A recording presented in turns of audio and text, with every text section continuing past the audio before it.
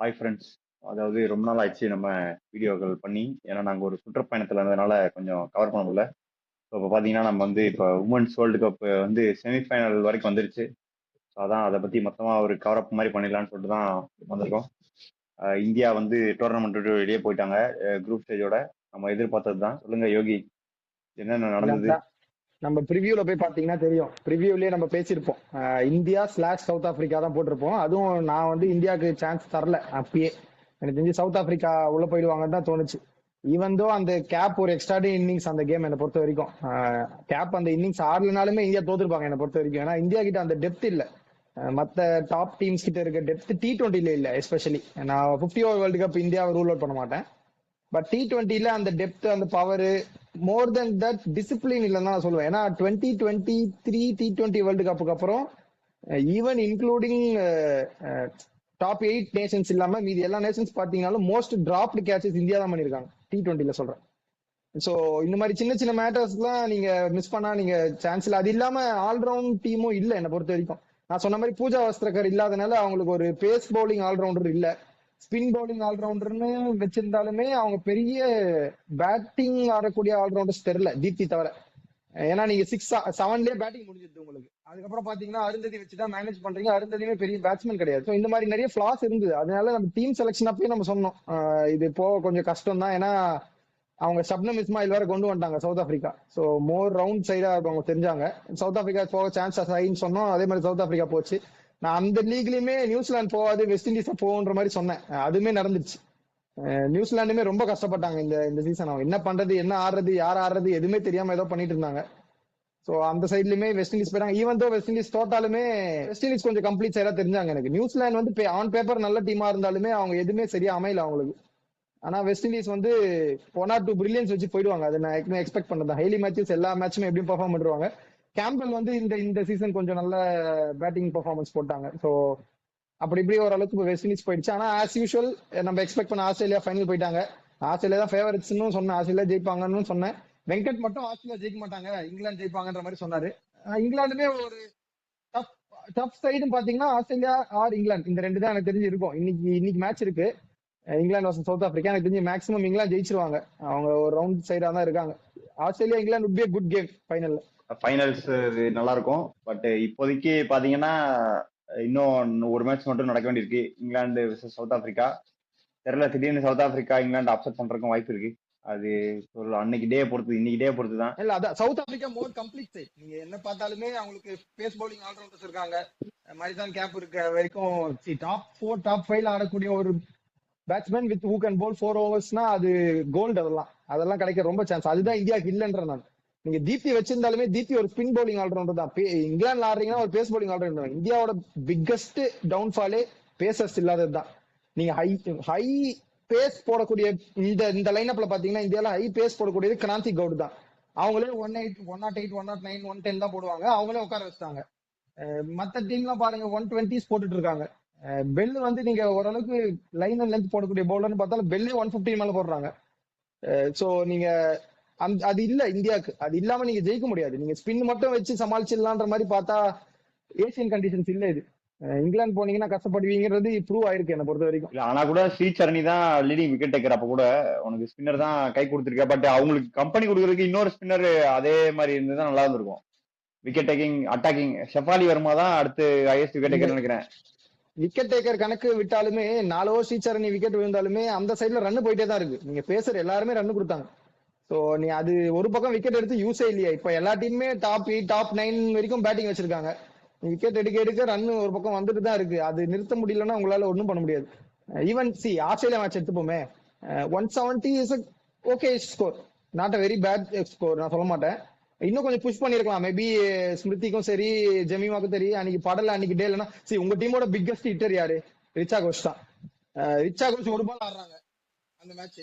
So நீங்க ஜெமிக்கு படலன்னு தெரிஞ்சா முன்னாடி ரிட்டையர் பண்ணிருக்கலாம். இல்லைன்னா அது டிசிஷன் உங்க கையில தான் இருக்கு. அந்த பால்ல ஆடி யூஸ் இல்லை அந்த டைம்ல. ஹர்மன் பிரீத்துமே உங்களுக்கு நல்லா புஷ் பண்ணி ஸ்கோர் புஷ் பண்ணாங்க. இன்னும் மேபி இன்னும் ஒரு 20-30 ரன்ஸ் அந்த மாதிரி ஒரு டாப் சைடு கூட ஆட போறீங்கன்னா நீங்க எக்ஸ்ட்ரா ரன்ஸ் போல் போட்டு தான் ஆகணும். உங்க பவுலிங் அட்டாக் பத்தி உங்களுக்கு தெரியும். அட்டாக்கிங் விக்கெட் டேக்கர்ஸ் யாருமே இல்ல. ஸ்ரீசரணி மட்டும் தான் ஒரே ஆளு.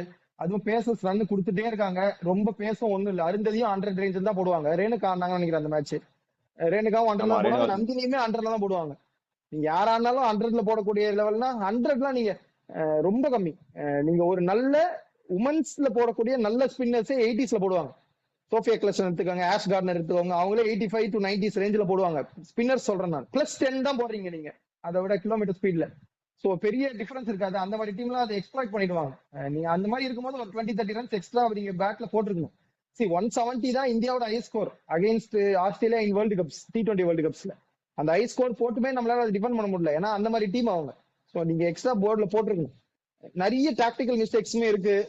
அது எனக்கு தெரிஞ்சு ஓவர் கம் பண்ணிடுவாங்கன்னு நினைக்கிறேன். சரி, நான் ஆனா கேப்டன்சி சேஞ்ச் பண்ணுங்கன்னு சொல்ல மாட்டேன். ஹர்மன்பிரீத் ஆடுற வரைக்கும் ஹர்மன்பிரீத் தான் கேப்டனா இருக்கணும். அது நான் மாத்த மாட்டேன். ஹர்மன்பிரீத் ஆஸ்பிக்ஸ் கேமும் அவங்க கேமும் இருக்கு, T20 கேம் அவங்க கிட்ட. அதான் அதை பத்தியும் நிறைய பேசிட்டு இருந்தாங்க. ஹர்மன்பிரீத் மாத்திட்டு ஹர்மன்பிரீத் பிளேயர் ஆடிட்டு ஸ்மித்தி கிட்ட கேப்டன்சி கொடுக்கணும், கொஞ்சம் அப்படியே குரூம் பண்ணணும், அது இதுன்னு பேசிட்டு இருக்காங்க. என்ன நான் அதை ஒத்துக்க செய்வாங்கன்றது மாட்டேன். தெரியல. ஆனா இப்போ ஏசியன் கேம்ஸ்க்கு எனக்கு தெரிஞ்சு ஹர்மன்பிரீத் தான் கேப்டனா போட்டு அமைச்சிருக்காங்க. சோ ஆமா, அடுத்த ஸ்குவாட் அனௌன்ஸ் பண்ணிட்டாங்க. ஆமா ஆமா, ஒரே சேஞ்ச் தான், பெரிய சேஞ்சும் இல்ல அந்த ஸ்குவாட்ல. ஐ திங்க் யாஸ்திகா பாட்டியா என்ன தப்பு பண்ணாங்கன்னு தெரியல. யாஸ்திகா பாட்டியா உட்கார வச்சுட்டு கமலினி ஆடுறாங்க. கமலினி மோர் டாப் ஆர்டர் பேட்ஸ்மேன் தான், அவங்களும் வச்சு என்ன பண்ண போறாங்கன்னு எனக்கு தெரியல. டெப்த் இல்ல என்ன பொறுத்த வரைக்கும், அதான் சொல்லுவேன். பேஸ் போலிங் ஆல்ரவுண்டர்ஸ் இல்லனாலே கஷ்டம். இதேதான் இந்தியாவுக்கும். இந்தியா மென்ஸ் டீம் பாத்தீங்கன்னாலுமே ஹர்திக் பாண்டியா இல்லைன்னா கஷ்டப்படுவோம். அந்த பேலன்ஸ் கிடைக்காது உங்களுக்கு. சோ அது பிரச்சனை தான். நீங்க அது சீக்கிரம் ஓவர் கம் பண்ணியாவும். செகண்டரி பேசர்ஸ் கண்டிப்பா நீங்க அனலைஸ் பண்ணி ஆகணும். பேஸ் போடக்கூடிய பவுலர்ஸ் இல்ல. 100 ரேஞ்சில போடுறதுலாம் இந்த டைமுக்கு டாப் டீம்ஸ் அதை எக்ஸ்பெக்ட் பண்ணிடுவாங்க. இல்ல, இல்லாட்டினா உனக்கு ஷிக்கா பாண்டே, ஜுரன் கோஸ்வாமி மாதிரி லைன்ல நிறுத்தலாச்சு போடணும். அது மாதிரியும் போடுறதுக்கு ஆள் இல்ல. அதான் அந்த மாதிரி போடுறதுக்கும் ஆள் இல்ல. இது பேஸ் போடுறதுக்கும் ஆள் இல்லன்றப்போ கஷ்டம் தான், ரொம்ப கஷ்டம். அதான் சோ ரொம்ப கஷ்டம். எனக்கு தெரிஞ்சு T20ல 50 ஓவர்ஸ்ல இந்தியா இன்னும் ஸ்ட்ராங்கா தான் இருக்காங்க. T20ல அந்த சேஞ்சஸ் கொஞ்சம் பண்ணணும். இல்லைன்னா நீங்க எங்க இருக்காங்க பாருங்க, ஆஸ்திரேலியா அண்ட் இங்கிலாந்து எங்கேயோ வே ஹைட் போயிட்டாங்க. சவுத் ஆப்பிரிக்கா நம்ம கூட தான் இருந்தாங்க 2 இயர்ஸ் பேக் வரைக்கும். இப்ப அவங்களும் கேட்ச் அப் பண்ணி அந்த ரேஞ்சுக்கு போயிட்டு இருக்காங்க. ஆனா நம்ம இன்னும் இங்க கீழே இருக்கோம். சோ பேஸ் எல்லாம் இன்க்ரீஸ் பண்ணி உங்க பவுலர்ஸ் கொஞ்சம் ஏதாவது பண்ணாதான் உண்டு. பேட்டிங்குமே ஸ்ட்ரென்த் இல்ல. நீங்க என்னதான் சொன்னாலும் மேல செஃபாலி அடிச்சா உண்டு. அதை விட்டு அவங்களுக்கு கீழே வந்து ரிச்சா கோஷ் ஆடணும். நடுவில் ஹர்மன் பிரீத்துமே அவங்க டைம் எடுத்து தான் ஆடுவாங்க. நீங்க எடுத்தோடனே ஹர்மன் பிரீத்தை போய் அடினா அவங்க அடிக்க மாட்டாங்க. அவங்க டைம் எடுத்து ஆடுவாங்க. அது அவங்க கேம் தான், நம்ம தப்பு சொல்ல முடியாது. பட் ஆனா மீதி யாருக்குமே பவர் இல்லை. பவர் கேமே கொஞ்சம் இம்ப்ரூவ் பண்ணணும். அதெல்லாம் நிறைய விஷயம் இருக்கு. தெரிஞ்சு அது ஓவர் கம் பண்ணிடுவாங்க இந்தியா. நான் அது ரொம்ப ஒரே நெகட்டிவா சொல்லணும்னு விரும்பல. பட் ஆனா ஓவர் கம் பண்ணிடுவாங்க தோணுது. ஏன்னா அவங்க ஸ்குவாட் பார்த்தப்பே நமக்கு தெரிஞ்சது இந்த டீம் வச்சு கொஞ்சம் செமிஃபைனல்ஸ் போறதே கஷ்டம் தான். மேபி அந்த லீக் ஆஃப் தி டேபிள்ல இருந்திருந்தாங்கன்னா ஈஸியா போயிட்டு இருப்பாங்க. வெஸ்ட் இண்டீஸ் அடிச்சு போயிட்டு இருக்கலாம். பட் ஆனா இது வந்து ரொம்ப டஃப் டேபிள் தான் என்ன பொறுத்த வரைக்கும், சவுத் ஆப்பிரிக்கா அண்ட் இந்தியா. ஏன்னா இதுக்கு முன்னாடி தான் இந்தியா சீரீஸும் இந்தியாவும் சவுத் ஆப்பிரிக்கா போனாங்கன்னு நினைக்கிறேன். 4-1 தோத்துட்டு வந்தாங்க T20. ரொம்ப கஷ்டம் சவுத் ஆப்பிரிக்கா இன் T20s என்ன பொறுத்த வரைக்கும். அதே மாதிரி நிறைய பிளேயர்ஸ் ரிட்டையர் ஆயிருக்காங்க. நியூசிலாந்துல இருந்து 3 பேர் ரிட்டையர் ஆயிருக்காங்க. அது மாதிரி அங்கங்க ரிட்டையர் ஆயிருக்காங்க. அதை பத்தி நம்ம லைட்டா டச் அப் பண்ணிடுவோம். இல்ல அதான் அவங்க கொஞ்சம் ஹையா முடிப்பாங்கன்னு எதிர்பார்த்திருப்பாங்க போல. மேபி நியூசிலாந்து வந்து லாஸ்ட் டைம் வேற டிஃபெண்டிங் சாம்பியன்ஸ், இந்த வாட்டி கொஞ்சம் அட்லீஸ்ட் செமிஃபைனலாவது போவாங்கன்னு. பட் ஆனா ஃபர்ஸ்ட்லேயே தெரிஞ்சிச்சு அந்த டீம் வச்சு அவங்க ரொம்ப கஷ்டம் அப்படின்றது. ஆனா அவங்க முன்னாடி அனௌன்ஸ் பண்ணிட்டாங்க இதுதான் லாஸ்டா இருக்கும் அப்படின்ற மாதிரி அவங்களுக்கு. ஏன்னா ஆல்ரெடி லெஜெண்ட்ஸ் அவங்களாம், நம்ம ஒன்னும் சொல்றதுக்கு இல்ல. சோஃபி டிவைனும் சரி, சூசி பேட்ஸும் சரி, லியாட்டாவுமே ரொம்ப கான்ட்ரிபியூட் பண்ணிருக்காங்க நியூசிலாந்து கிரிக்கெட். சோ அவங்களா லெஜெண்ட்ஸ். சோ ஒரு நல்ல விஷயமா இருந்திருக்கும் மேபி செமிஃபைனல்ஸ் போய் அவங்க தோத்துருந்தாங்கன்னா. பட் ஆனா நெவர்தலெஸ் ரொம்ப கிரெடிட்ஸ் அவங்க கிட்ட இருந்து எடுத்துக்கூடிய இது ஒண்ணும் இல்ல. அவங்க மேபி லாஸ்ட் வேர்ல்டு கப்லயே முடிச்சிருக்கலாம் ஹைலேயே. But not the bad thing. லியாட்டாவுமே 115 120 போடுவாங்க பேஸ். சோ அந்த மாதிரி பேஸ் பவுலர்ஸ் தான் நான் சொல்றேன். அது இந்தியா கிட்ட இல்ல. அதே மாதிரி மத்தபடி கவர் பண்றதுக்கு பெருசா ஒண்ணும் இல்ல. ஸோ இப்போ நம்ம பேசிட்டு இருக்க டயத்துல செமிஃபைனலுக்கு டாஸ் போட்டுருவோம். செமிஃபைனல் 2க்கு டாஸ் போட்டுருவாங்கன்னு நினைக்கிறேன். அது முடிஞ்சதுக்கு அப்புறம் நம்ம அதை பத்தி பேசுவோம். ஸோ இன்னொரு வீடியோல உங்களை சந்திக்கிறோம். அதுவரை பை ஃப்ரம் ஊல்ஸ்வர்ஸ். பாய். ஊர் சுத்தி பயவல நினைச்சா நாங்கெல்லாம் வயிறு நிறைய சாப்பிடணும், வஞ்சனம் இல்லாம உழைக்கணும். ஆஹா, அருமையான பாலிசி. Keep it